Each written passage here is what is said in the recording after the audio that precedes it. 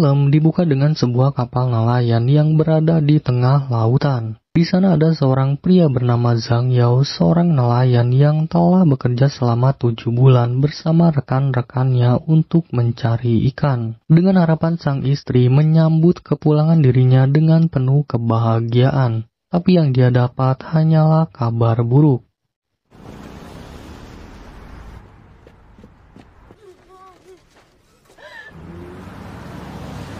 Sang istri yang kecanduan narkoboy kini hidup di bawah kolong jembatan bersama dengan orang-orang yang juga mengalami hal yang sama. Membuat Zhang bersedih dengan kondisi istrinya karena kini telah berubah drastis setelah terakhir kali hidup bahagia bersama dia dan putrinya. Mimpi untuk segera mendapat tempat tinggal layak pun kini harus terkubur akibat ulah para penjual narkoboy yang tidak bertanggung jawab. Hanya untuk meraih keuntungan besar tanpa memperdulikan apapun. Sang istri terpaksa menjual semua harta bendanya untuk mendapatkan barang haram itu, dan betapa mirisnya.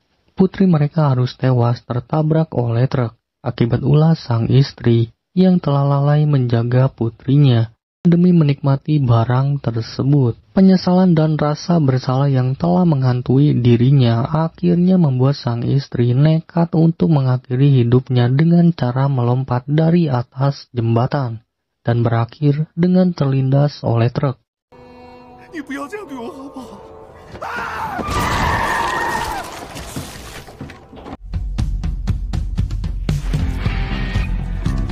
Semua ini berawal dari perkebunan bunga di suatu tempat milik gembong narkoboy di kota ini.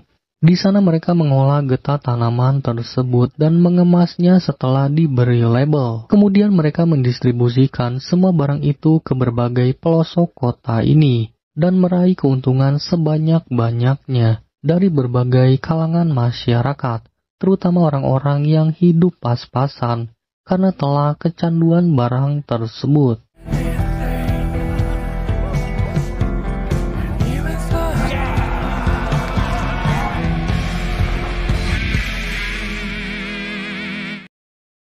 Dua tahun kemudian, seorang pemimpin regu anti-narkoboy bernama Andu memimpin sebuah operasi penggerebekan di salah satu markas para kurir narkoboy berada.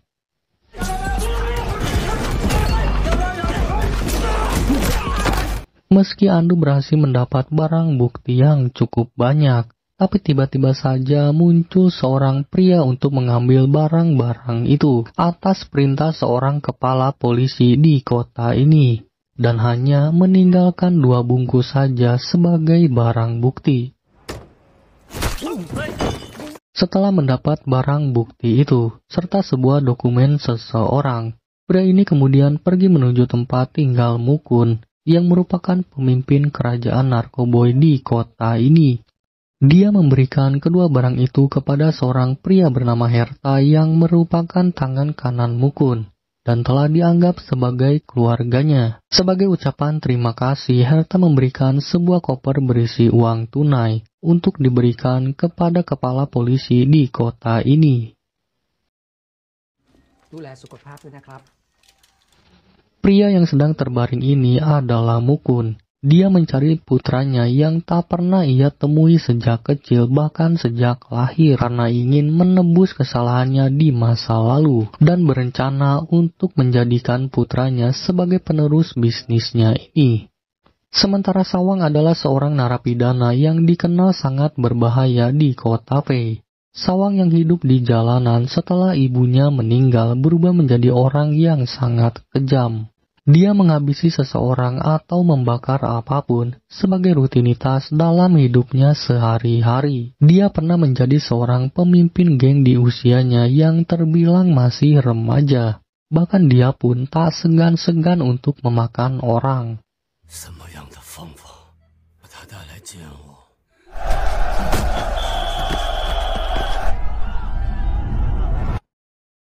Tapi di malam harinya, beberapa polisi tiba-tiba masuk ke dalam sebuah tahanan Sawang dan tanpa disangka, mereka menghabisinya di saat itu juga. Setelah mereka membawa Sawang keluar dari tahanan, tiba-tiba saja seorang pria masuk ke dalam sel tahanan ini. Dia kemudian menggunakan pakaian korban dan membersihkan janggutnya, lalu membuat luka di wajahnya, dan sepertinya sedang merencanakan sesuatu. Di keesokan harinya, seorang polisi memanggil tahanan yang telah menggantikan Sawang, di mana rupanya dia adalah Zhang Yao. Zhang yang telah merubah identitasnya menjadi Sawang, kini ditebus oleh seorang pria atas perintah Mukun, tapi saat di tengah perjalanan, seseorang meminta para ABK itu untuk segera menghabisinya.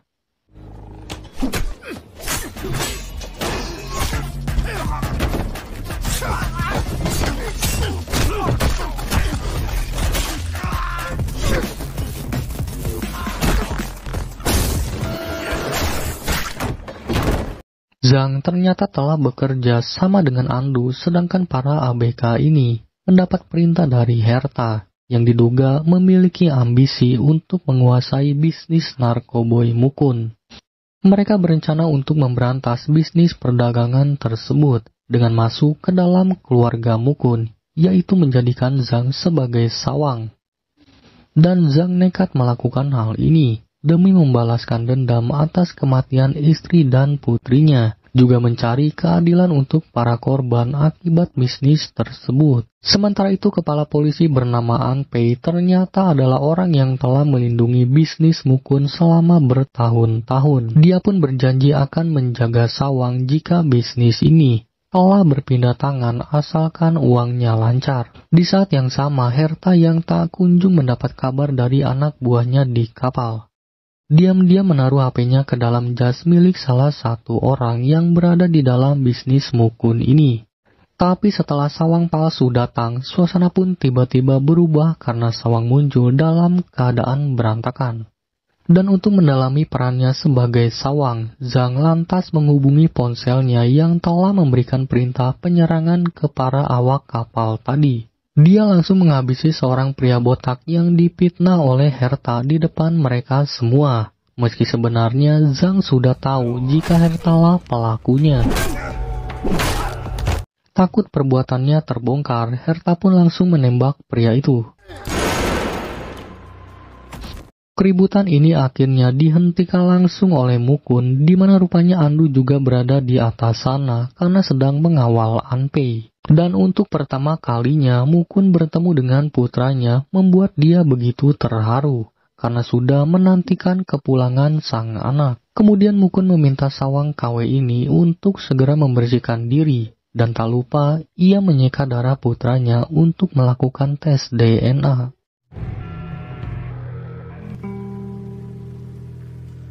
Sementara itu, Herta berusaha menjelaskan terkait dengan kejadian tadi, bahkan untuk membuat Mukun percaya jika tujuan dia hanya untuk melindungi Sawang. Herta pun memberikan pistolnya dan pasrah dengan apapun keputusan Mukun. Tapi rupanya karena Herta adalah orang terdekat Mukun, Mukun percaya dan tidak mempersalahkan hal itu. Ia sadar betul orang-orang di sekitarnya pasti memiliki ambisi untuk menguasai bisnis ini. Maka dari itu, Mukun meminta Herta untuk lebih berhati-hati lagi, terutama dalam melindungi putranya. Di malam harinya, sebuah pesta besar-besaran diadakan untuk merayakan kepulangan putranya. Meski sempat ragu dengan melakukan tes DNA, tapi akhirnya Mukun benar-benar percaya dengan Sawang KW ini. Di hadapan para tamu undangan dan perasaan bahagia, Mukun kemudian memberikan kalungnya sebagai tanda bahwa Sawang akan menjadi penerus bisnisnya dalam waktu dekat.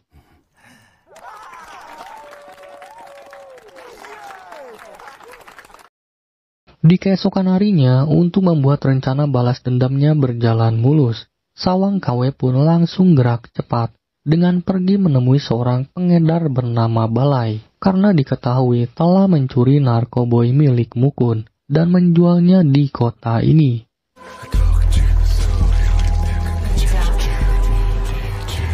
Meski dikawal oleh para anak buah Herta, tapi untuk membuktikan jika dia layak untuk menggantikan Mukun. Sawang KW pun masuk seorang diri menemui Balai untuk berbicara.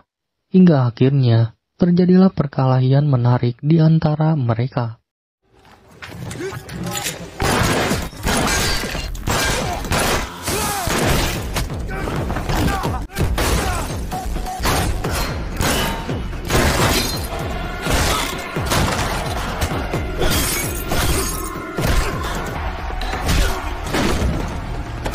Meskipun Balai mendapat bantuan dari anak buahnya, tapi dengan kemampuan bela dirinya, Sawang KW pun berhasil menumbangkan mereka hingga sampai terdengar suara tembakan.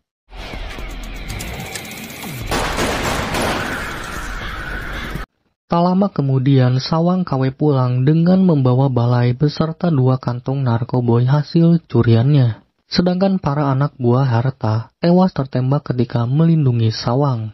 Alhasil, usahanya ini membuat Mukun bangga karena selain membawa kembali barang tersebut, Sawang rupanya berhasil membuat Balai tunduk kepada dirinya. Sawang KW pun akhirnya mulai mendapat kepercayaan untuk menangani bisnis ini. Dia bersama Balai dan ditemani oleh kepala pabrik, lantas pergi menuju tempat produksi terbesar pembuatan narkoboy Mukun.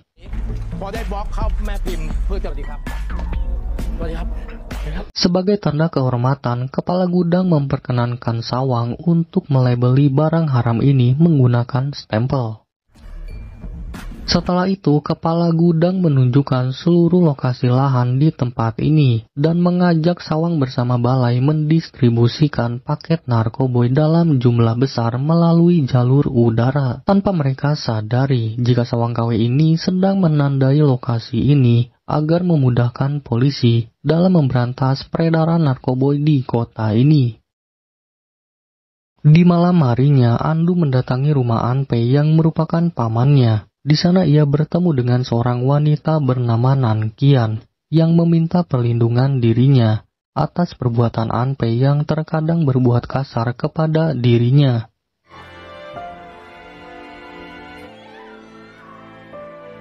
Di keesokan harinya, Sawang KW menemui Andu untuk memberikan lokasi keberadaan pabrik dan jalur pengiriman mereka, serta foto beberapa pejabat yang terlibat dalam bisnis Mukun ini. Tapi rupanya Andu masih membutuhkan bukti lain, yaitu sebuah buku berisi suap semua pejabat yang tersimpan di dalam lemari penyimpanan uang Mukun. Dan selain itu, Anpei pun menjadi penghalang dalam operasi ini. Jadi Andu memiliki rencana untuk menyingkirkan beliau terlebih dahulu. Setelah itu Sawang menemui Anpei untuk menjalankan rencananya itu. Ia berkata, jika sekarang keuntungan yang didapat oleh Anpei hanya 10% bukan 40% seperti seharusnya. Dan tentu saja keputusan ini membuat Anpei naik darah. Sawang lantas memberikan video ancaman kepada Anpei dan sesuai rencananya, Sawang KW pun ditangkap oleh Anpei dan dimasukkan ke dalam sel tahanan di polsek setempat. Malam harinya, Balai bersama anak buahnya datang menyerang tempat tersebut menggunakan bom molotov dan juga senjata api.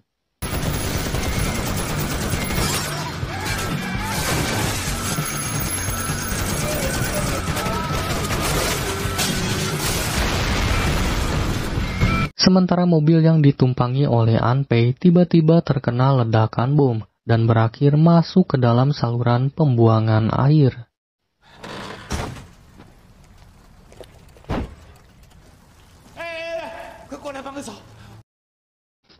Di saat yang sama, Andu membebaskan Sawang dari dalam sel tahanan dan memberitahunya tentang perubahan rencana. Sandu memintanya untuk segera mendapatkan PIN serta lokasi keberadaan brankas Mukun sebelum pria itu meninggal. Dalam keadaan sekarat, Mukun akhirnya memberikan kode PIN brankas miliknya yang terdapat di belakang kalung yang ia berikan kepada Sawang KW. Setelah itu ia harus menerima kenyataan pahit bahwa Sawang yang ada di hadapannya bukanlah putranya. Sawang KW akhirnya membuka penyamarannya dan memberitahu jika dia adalah Zhang, seorang suami dari korban kejahatan bisnis Mukun.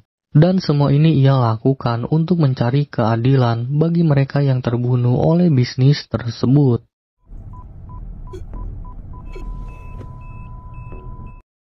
Setelah itu wasiat pun dibacakan di hadapan semua orang yang berada di dalam rumah ini. Tapi belum sampai selesai, tiba-tiba seseorang melepaskan tembakan. Dan sudah diketahui jika Herta adalah orang yang berambisi untuk menguasai bisnis ini. Ia tak rela hanya menjadi wakil karena telah mengabdi kepada Mukun selama bertahun-tahun. Herta menembak semua orang yang tidak berpihak kepada dirinya, hingga terjadilah perang di antara Herta dan juga Zhang yang sedang mencari keadilan dengan bantuan Andu.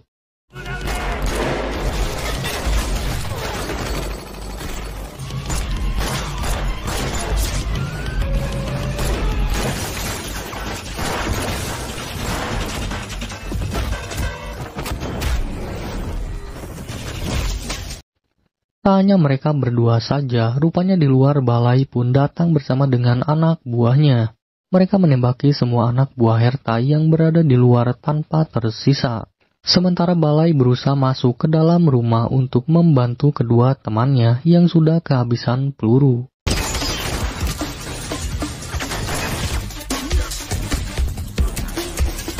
Mereka bertiga lantas saling bekerja sama untuk melindungi dan melumpuhkan semua anak buah Herta. Tapi karena jumlah musuh terlalu banyak, mereka bertiga pun memilih untuk mundur dan melempar bom untuk menghabisi mereka semua.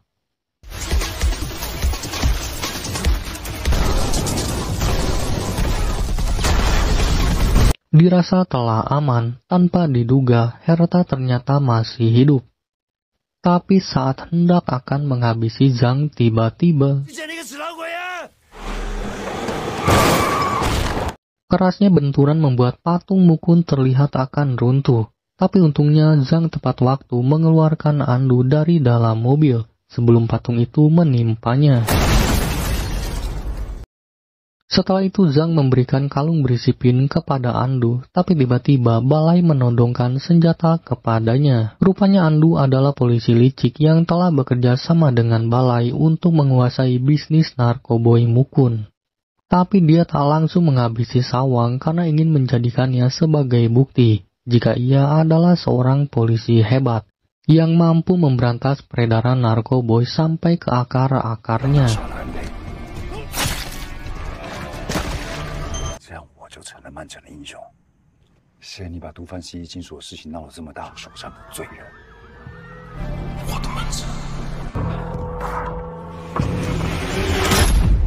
Di keesokan harinya, Andu menjelaskan secara detail tentang kronologi serta keberhasilan misinya dalam menumpas seluruh peredaran narkoboy di wilayah ini.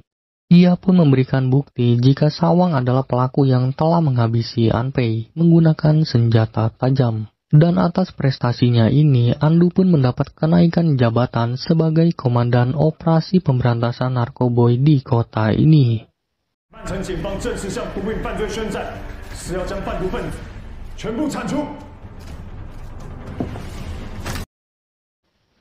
Setelah itu, Andu menggunakan kekuasaannya untuk memberantas semua peredaran narkoboy di wilayah kota ini.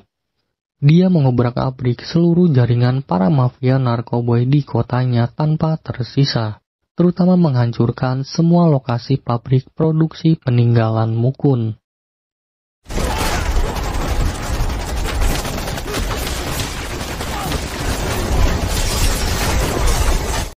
Para penguasa yang terlibat dalam bisnis ini pun turut serta ditangkap dalam operasi tersebut.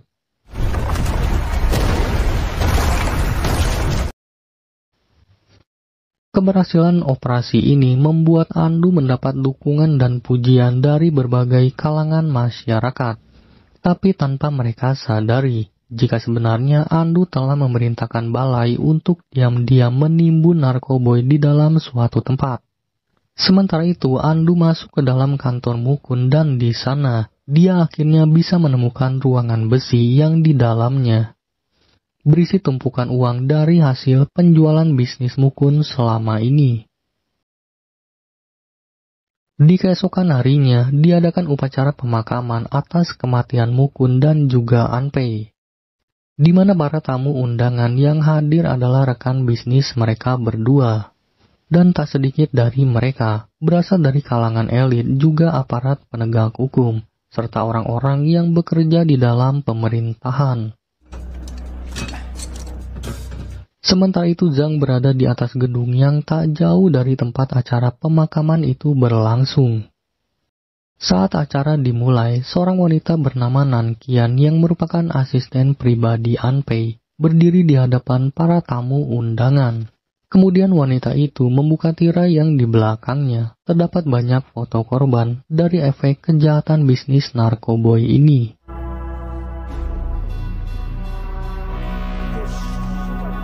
Setelah itu, Nanqian keluar melalui pintu belakang dan mengunci mereka di dalam sana. Kemudian Balai memberitahu Andu jika Nanqian telah aman bersamanya.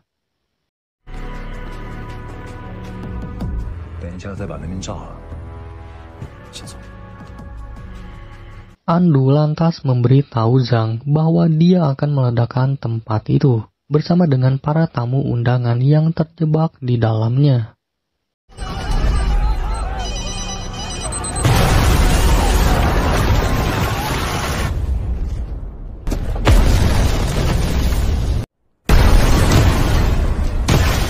Tanpa diduga, ruangan penyimpanan uang di kantor Mukun juga ikut meledak.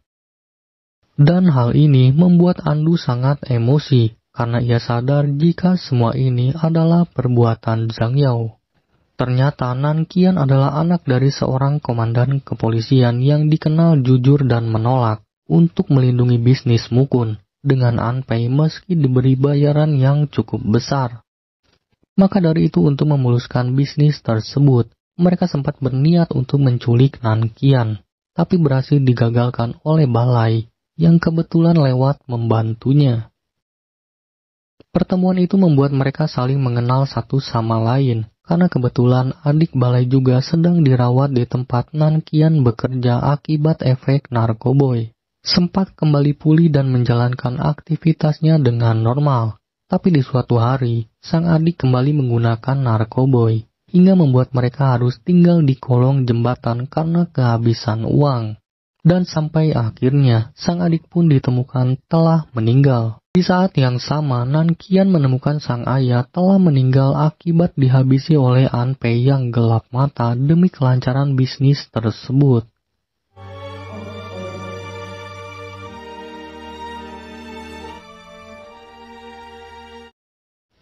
Dan efek berbahaya dari narkoboy membuat mereka berdua sadar jika orang-orang yang telah terjerat dengan hal itu pantas memiliki kehidupan yang jauh lebih baik.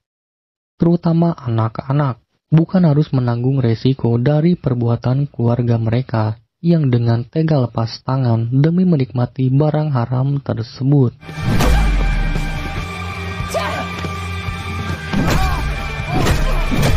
Secara kebetulan, mereka berdua bertemu dengan Zhang Yao ketika berusaha menghentikan keributan dengan para pengedar.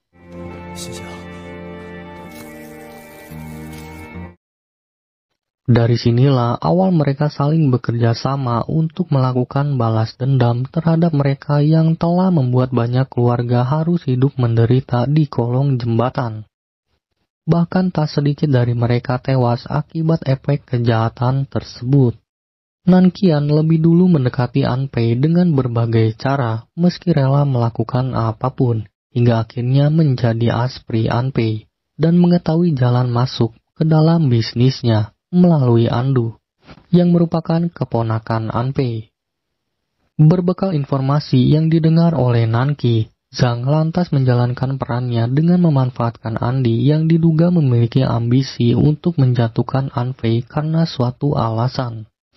Dia mendatangi kantor polisi di suatu hari, sembari membawa berkas dirinya, dan sengaja menjatuhkannya agar Andu bisa membaca riwayat kehidupannya yang merupakan mantan pasukan khusus.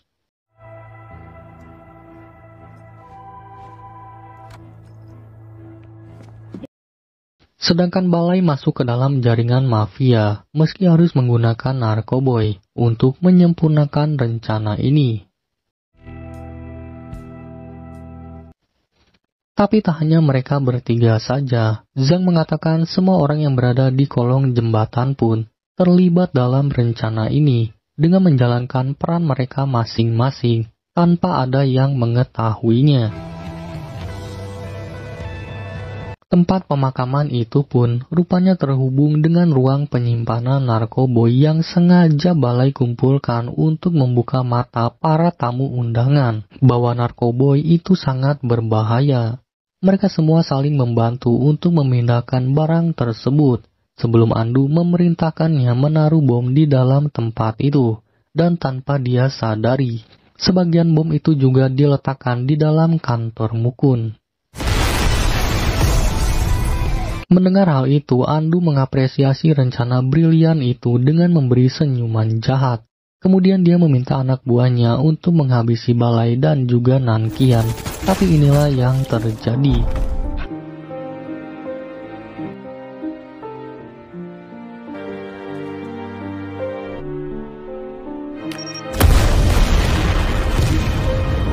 Mereka berdua pun tewas dengan cara meledakkan diri bersama dengan para anak buah Andu. Dan tak lama setelah itu, Andu yang tak terima pun menghabisi Zhang. Dirasa semua masalah telah selesai, tapi ternyata semua yang dilakukan oleh Andu saat ini terekam secara langsung dan ditayangkan di hadapan masyarakat kota oleh para relawan yang bersedia untuk membantu Zhang dan kawan-kawannya. Kepala polisi pusat lantas memerintahkan tim bersenjata lengkap untuk menangkap Andu dan menghentikannya, hingga terungkaplah sebuah fakta menarik, bahwa sebenarnya Andu memiliki masa kecil yang sangat menderita. Sang ayah ditemukan tewas bundir setelah sang istri diketahui selingkuh karena paksaan Anpei, dan sampai akhirnya sang ibu ditemukan tewas karena sering mendapat kekerasan dari Anpei. Sementara Andu harus hidup menderita layaknya kacung yang harus menuruti permintaan Anpei hingga sampai saat ini. Dan itulah yang melatar belakangi Andu untuk menjadi seorang penguasa, tapi belum sempat melepaskan tembakan. Tim SWAT lebih dulu menembaki dirinya. Film pun diakhiri dengan informasi para relawan membuat orang-orang yang tinggal di kolong jembatan akhirnya mendapat bantuan dari pemerintah. Saat semua orang meninggalkan tempat itu, seorang gadis kecil berjalan sembari membawa bunga dan menaruhnya di atas mesin generator yang menjadi sumber penerangan selama ini, dan sebagai bentuk penghormatan atas jasa yang dilakukan oleh mendiang Zhang, Balai dan juga Nankian, yang kini telah tiada. Jadi itulah alur cerita film Go for Broke ini. Semoga kalian mengerti dengan apa yang disampaikan. Dan sampai ketemu di video selanjutnya.